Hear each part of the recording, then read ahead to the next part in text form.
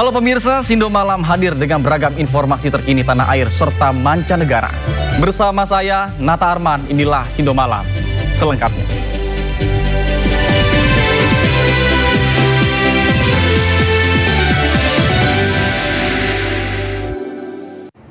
Pemirsa Sindo Malam, kita awali dengan informasi gudang milik Dinas Sumber Daya Air Pasar Minggu, Jakarta Selatan pada Sabtu pagi mengalami kebakaran. Meskipun tidak terjadi perambatan, namun api sempat terlihat membesar dan membuat panik para pekerja di lokasi.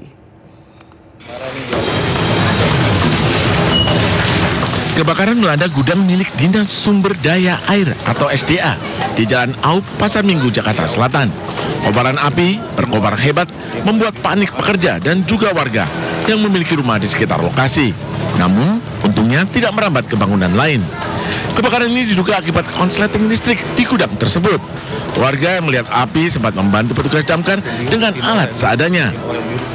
Terima informasi langsung meluncur ke TKP di gudang SDA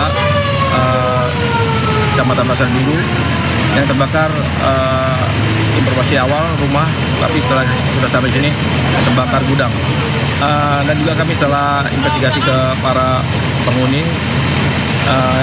Pemadaman dilaksanakan menggunakan apar, tapi teman-teman di SDA tidak dapat memadamkan, jadi mobil kami. Api berhasil dipadamkan petugas setelah 1 jam kemudian, setelah petugas menerjunkan 10 unit mobil pemadam kebakaran ke lokasi. Ini kasus kebakaran ditangani petugas kepolisian Polsek Pasar Minggu. Dari Jakarta, Helmi Sajangbati, Ainus melaporkan. Sidang pembacaan tuntutan kasus mutilasi di Pengadilan Negeri Serang berakhir ricuh. Warga yang tidak kuasa menahan emosi dengan pembacaan tuntutan melempari terdakwa dengan botol dan juga sendal.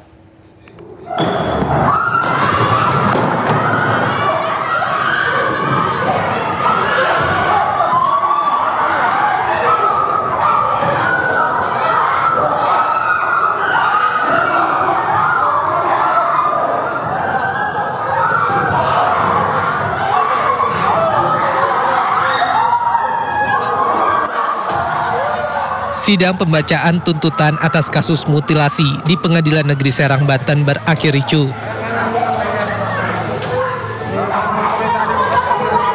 Keluarga korban melempari terdakwa dengan botol usai mendengar pembacaan tuntutan. Emosi keluarga pecah saat hakim menerima tuntutan yang dibacakan oleh jaksa penuntut umum. Usai hakim mengetok palu, warga yang tak kuasa menahan emosi berusaha melempari terdakwa dengan berbagai benda.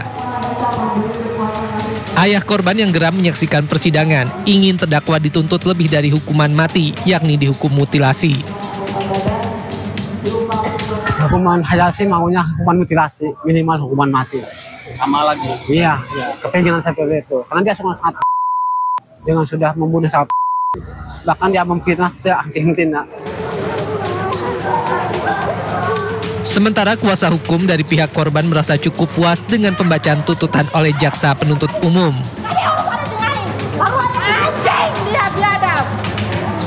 Kami menghormati dan apresiasi terhadap jaksa penuntut umum, sudah objektif, sudah mempunyai rasa keadilan, dan itu sesuai dengan harapan keluarga korban menuntut Mulyana dengan pasal 340 hukuman mati. Diketahui terdakwa Mulyana didakwa atas pelanggaran pasal 340 subsidiar pasal 338 KUHP tentang pembunuhan berencana dan mendapat tuntutan hukuman mati.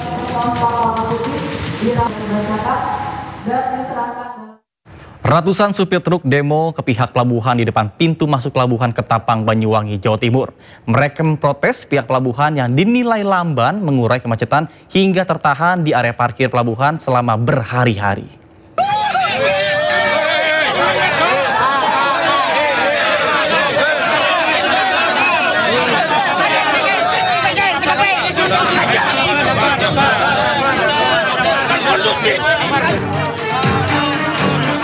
Ratusan supir truk ekspedisi menggelar aksi protes di pintu masuk pelabuhan Ketapang, Banyuwangi, Jawa Timur.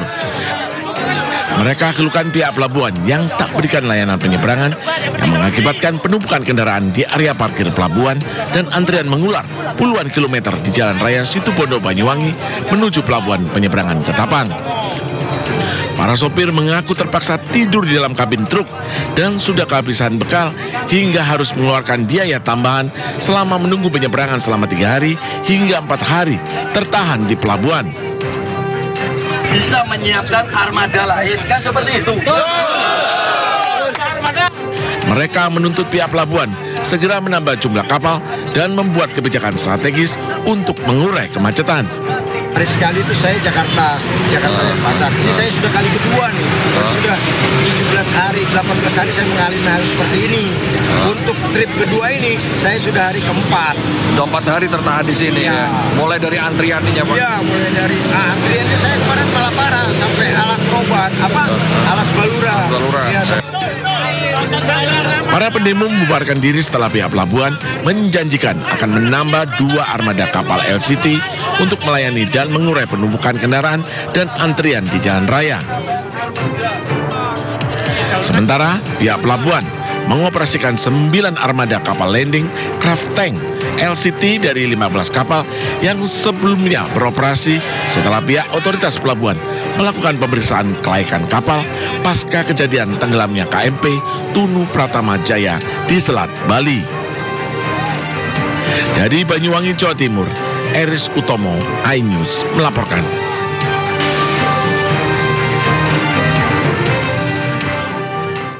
Tujuh orang yang diduga sebagai debt kolektor liar di kawasan Depok, Jawa Barat diringkus polisi. Penangkapan usai video viral terkait dengan aksi penarikan paksa sepeda motor di jalan raya.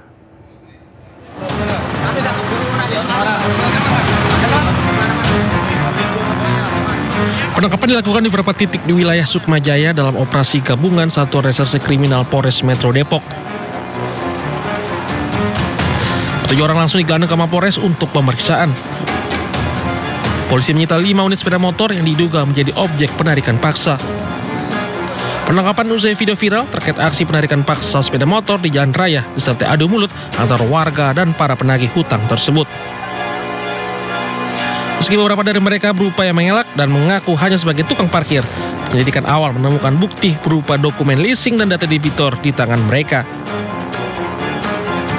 Salah satu dari mereka mengaku sudah lama bekerja sebagai penagih hutang, namun membantah menarik motor secara paksa di jalan raya. 1 hingga 2 unit motor bisa diamankan dalam sehari dan meraup penghasilan hingga 2 juta rupiah. Penangkapan merupakan bagian operasi Pekat Jaya 2025 yang digelar selama 6 hari ke depan. Kini 7 orang tersebut masih menjalani pemeriksaan mendalam. Polisi juga tengah memverifikasi legalitas dokumen motor yang diamankan.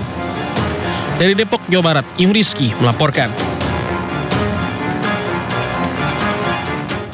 Pemirsa, tidak berhati-hati saat menyeberang perlintasan kereta, seorang pria penjual nasi uduk tewas tertabrak kereta di Kembangan, Jakarta. Sementara akibat berkendara ugal-ugalan, sebuah truk menabrak angkot hingga terguling dan jatuh ke parit di Makassar, Sulawesi Selatan.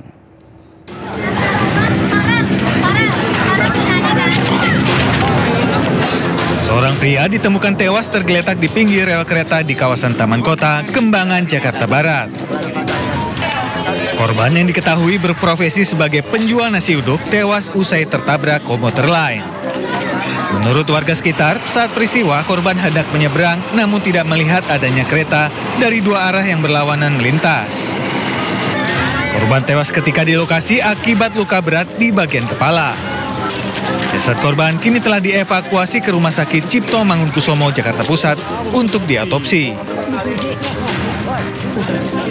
Kecelakaan lalu lintas, lokasi Alapang.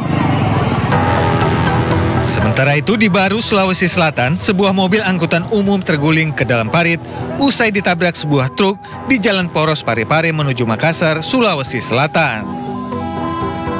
Diketahui peristiwa bermula saat sebuah truk melaju dengan kecepatan tinggi menghantam bagian belakang samping kanan mobil angkot. Benturan keras membuat angkot hilang kendali dan oleng hingga terguling masuk ke dalam parit yang berada di sisi jalan. Akibat insiden ini, 6 penumpang termasuk sopir angkot mengalami luka-luka dan dilarikan ke rumah sakit, sementara sopir truk melarikan diri. Dari Baru, Sulawesi Selatan, dan Jakarta, tim iNews melaporkan. Seorang pria ditangkap usai mencuri sepeda motor korban kecelakaan yang tengah mendapatkan perawatan medis di Puskesmas Cengkareng, Jakarta Barat. Pelaku ditangkap saat akan menjual sepeda motor milik korban.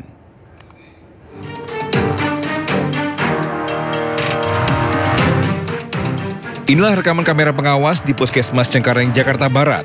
Saat pelaku bernama Indra yang mengenakan jaket hitam dan topi, membawa sebuah sepeda motor keluar dari puskesmas. Belakangan diketahui, motor tersebut merupakan motor milik seorang korban kecelakaan yang tengah mendapatkan perawatan medis di Puskesmas Cengkareng.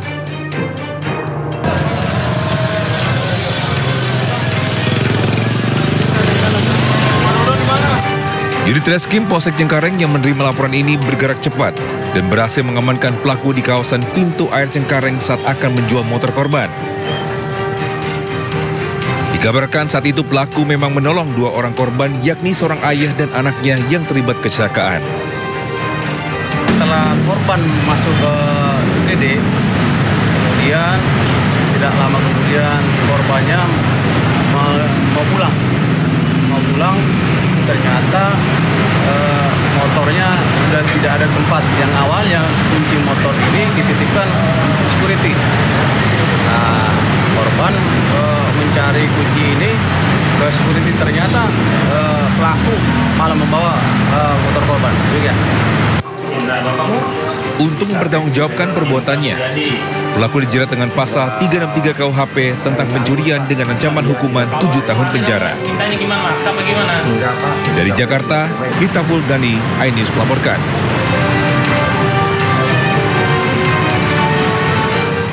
Pemirsa, dua orang pria merampok rumah temannya sendiri di Kabupaten Bekasi, Jawa Barat. Pelaku bahkan menyekap dan mengancam korban dengan senjata tajam. Tangan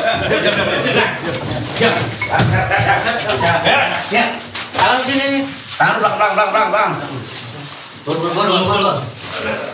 Tangan sini. Tangan belakang.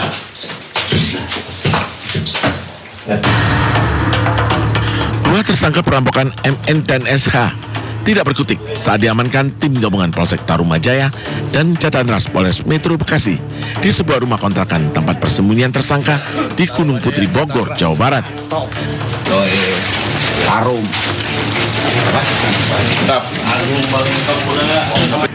Dari tangan tersangka, petugas mengamankan barang bukti hasil kejahatan.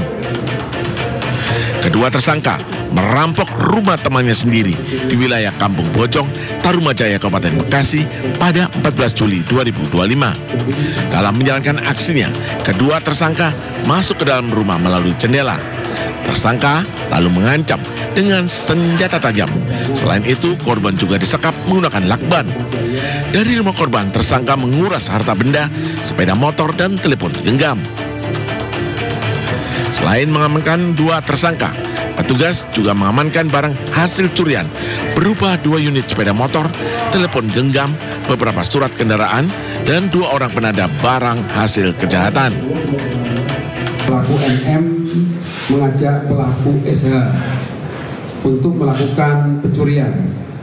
Sekira pukul 23.30, kedua pelaku langsung beraksi melalui jendela kamar belakang rumah korban,